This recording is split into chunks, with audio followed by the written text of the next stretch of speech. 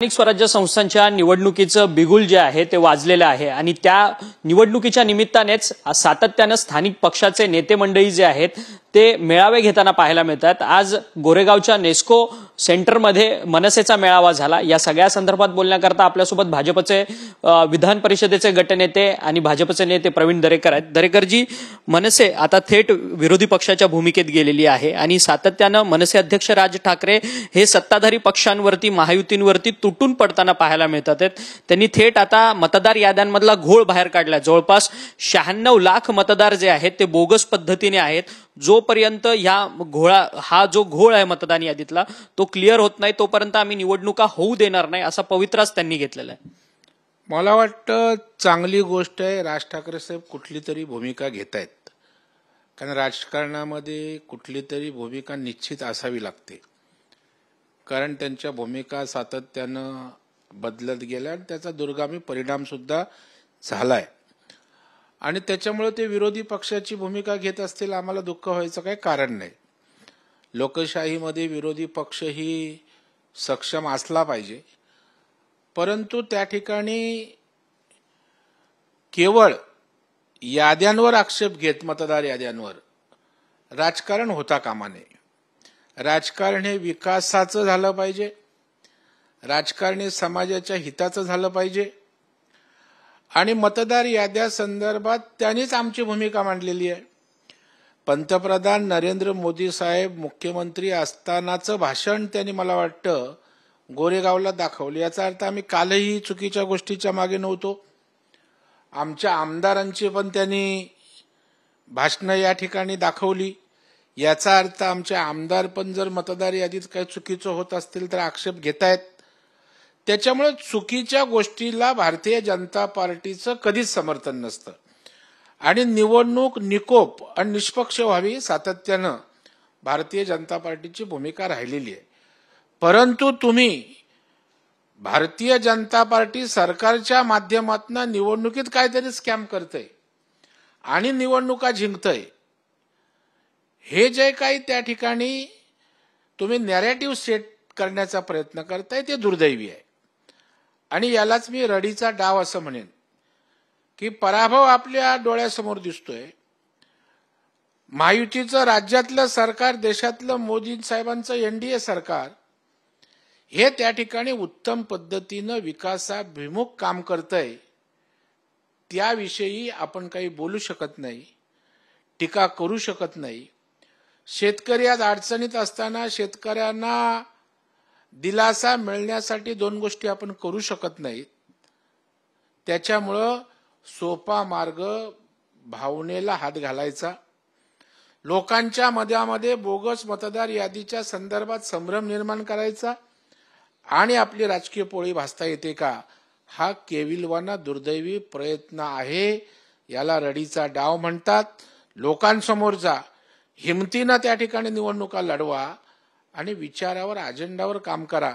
दुर्दैवानं ते होताना दिसत नाही आणि त्याच्यामुळं त्यांना असंच इमोशनल फंडे काढत राजकारण करावं लागतं। परंतु प्रवीण भाऊ, सातत्यानं राज ठाकरे असं म्हणतात की आम्ही प्रश्न विचारतो निवडणूक आयोगाला, पण सत्ताधारी नेते किंवा मंत्री या सगळ्या संदर्भात का उत्तर देत आहेत? निवडणूक आयोगाने स्वतःहून समोरून या सगळ्या गोष्टीची संपूर्ण निरसन केलं पाहिजे, परंतु कुठेतरी सत्ताधारी नेत्यांनी शेण खाल्लंय या सगळ्या प्रकरणात असं ते म्हणतात। मला वाटतं कोट्या करणं, उपहासात्मक बोलणं हे या ठिकाणी त्यांचं सुरूच राहणार आहे। त्याच्याबद्दल आम्हाला काय म्हणायचं आहे। आता शेण कोणाच्या तोंडात घालायचं हे जनता जनार्दन ठरवत असते आणि निवडणुकीमध्ये आपली भूमिका प्रामाणिक मतदार राजा बजावत असतो, तो यथावकाश कळेल। परंतु तुम्ही मतदार यादीतले दोष दाखवा, दुरुस्त करा, आम्हाला काही म्हणायचं नाही। आम्ही तुमच्या सोबत आहोत।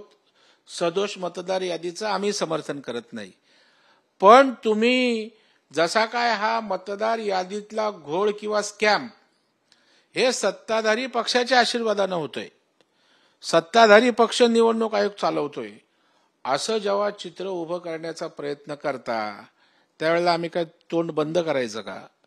मग तुम्ही आमच्यावर आरोप करणार आणि आम्ही गप्प बसायचं अशी अपेक्षा असेल तर होणार नाही।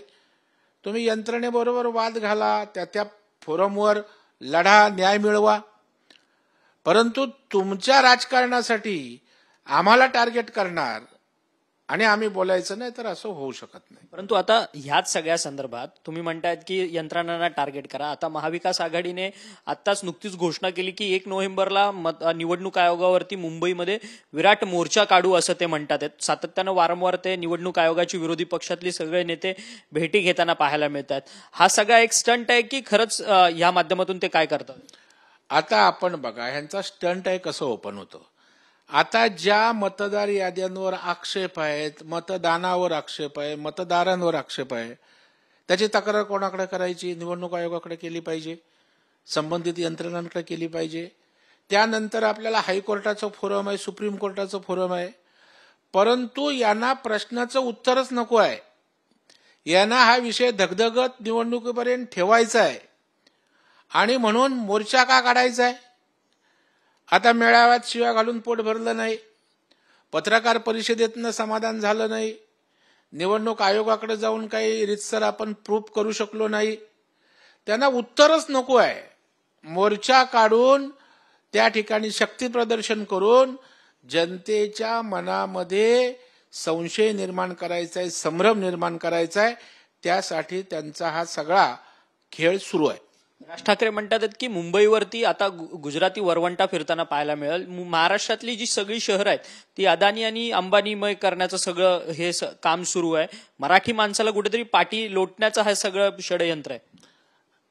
बेडकं जशी पाऊस आला की डराव डराव करत बाहेर आली की समजायचा पाऊस आला. मुंबई महाराष्ट्रापासून तोडणार, मराठी माणसांच्या हितासाठी गर्जना झाल्या की समजायची निवडणूक आली. आता या संदर्भामध्ये या राज्याचे मुख्यमंत्री देवेंद्र फडणवीस साहेबांनी एकदा नाही अनेकदा सांगितले. गेल्याच महिनाभरापूर्वी झालेल्या मेळाव्यात वरळी डोमला सुद्धा जाहीर भाषणातनं सांगितलं, कोणाचा बाप, बापाचा बाप, बापाचा बाप आला तरी मुंबई महाराष्ट्रापासून तोडली जाऊ शकत नाही, तोडणार नाही. आता राज्याचा प्रमुख जर सांगत असेल तर मुंबई तोडायचा विषय आला कुठे? वरवंटा फिरवायचा विषय आला कुठे? आणि महाराष्ट्राने मुंबईने दाखवून दिलेलं आहे, जेव्हा जेव्हा मराठी माणूस महाराष्ट्राच्या हिताच्या आड कोण येतं त्यावेळेला महाराष्ट्रातला माणूस आपल्या अस्मितेसाठी, स्वाभिमानासाठी पक्षीय भिंतीच्या पलीकडे जाऊन अस्मितेसाठी काम करतो. हे वेगवेगळ्या आंदोलनांना दाखवून दिलंय. त्याच्यामुळं आम्ही महाराष्ट्रात सोबत आहोत, मराठी माणसासोबत आहोत. कोणी काय ठेका एकट्याने मराठी माणसांचा महाराष्ट्राचा घेतलेला नाही. या राज्याचं नेतृत्व पण मराठी माणूस करतोय.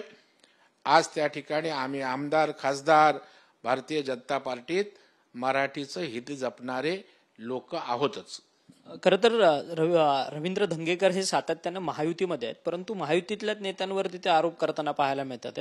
मध्यंतरी चंद्रकांत पाटलांवरती त्यांनी पुण्याच्या गुन्हेगारीशी त्यांचा संबंध आहे असा थेट आरोप लावला. तर आता मुरलीधर मोहोळ ज्यांचं नाव आता पुण्यातल्या एका चर्चेच्या प्रकरणामध्ये येते की त्यांनी कुठेतरी जमिनीचा भ्रष्टाचार केलाय, घोटाळा केलाय. त्या सगळ्या संदर्भात धंगेकर बोलताना म्हणतात की हा जर भ्रष्टाचार मुरलीधर मोहोळांनी केला तर त्यांना नैतिकता नाही मंत्रिपदावरती राहण्याचा, त्यांनी राजीनामा द्यावा म्हणून. मला वाटतं कोण धंगेकर कधीतरी एका निवडणुकीमध्ये कर्मधर्म संयोगानं निवडून आलेत. आता त्यांना रोज जर असं काही उलटं सुलटं बोललं नाही तर चॅनल तुम्ही कसे दाखवणार? पण त्यांनी याचं भान ठेवावं की ते ज्या पक्षात गेलेत ते आता काय काँग्रेसमध्ये नाहीत, त्यामुळं काही बोललं कसंही बोललं चालेल. आज महायुतीमध्ये असणारे एकनाथ शिंदे साहेबांच्या पक्षात ते आहेत. त्यांनी बोलताना जबाबदारीनं बोलावं, महायुतीत आहो त्याचं भान ठेवावं आणि शिंदे साहेबांना विचारून किंवा त्यांच्या विचारधारेच्या दिशेनं बोलावं. आपल्या प्रसिद्धीसाठी किंवा आपण मीडियात दिसावं म्हणून आपला अंतर्गत विषय चव्हाट्यावर आणू नये. चार भिंतीत महायुती म्हणून जे वाटतं ते बोलावं, पक्षश्रेष्ठींशी बोलावं. परंतु एकनाथ शिंदेचं धंगेकर ऐकत नाही का, असा हाच सवाल आहे. कारण की मुख्यमंत्र्यांना ज्यावेळेस धंगेकरांच्या संदर्भात प्रश्न विचारला तर मुख्यमंत्री म्हणाले की मी त्यांच्या बॉसशी बोलेन म्हणून, अर्थात एकनाथ शिंदेची. परंतु सातत्यानं मित्रपक्ष अर्थातच भाजपला ते टार्गेट करताना पाहायला मिळतात. पहिल्यांदा चंद्रकांत पाटील, नंतर आता मुरली अण्णा मोहोळ. नाही, मला वाटतं शिंदेचं ऐकणार नाही, तसं होऊ शकत नाही. अजून शिंदे साहेबांनी त्यांच्याकडे नजर फिरवली नसेल. एकदा शिंदे साहेबांनी डोळे वटारले, त्यांचा मेसेज गेला की कसले धंगेकर बोलतायत. त्याच्यामुळे मला वाटतं पक्षाच्या विचारधारेनुसार वागावं, पक्षाच्या नेतृत्वाला पूरक अशा प्रकारची भूमिका असावी. आणि मला वाटतं धंगेकरने आता ते शिवसेनेत आल्यामुळे ते अंगीकारलं पाहिजे, काँग्रेसच्या कवचातनं बाहेर आलं पाहिजे आणि स्वतःच्या कौतुकातनं, प्रेमातनं बाहेर आलं पाहिजे. प्रसिद्धीच्या हव्यासापोटी वाटेल ते बोललं पाहिजे. बिनबुडाचा निराधार असं काही नाहीये. 4 चांगल्या गोष्टी करून सुद्धा आपल्याला प्रसिद्धीत राहता येऊ शकतं. धन्यवाद प्रवीण भाऊ, तुम्ही आमच्याशी एवढा संवाद साधला. व्हिडिओ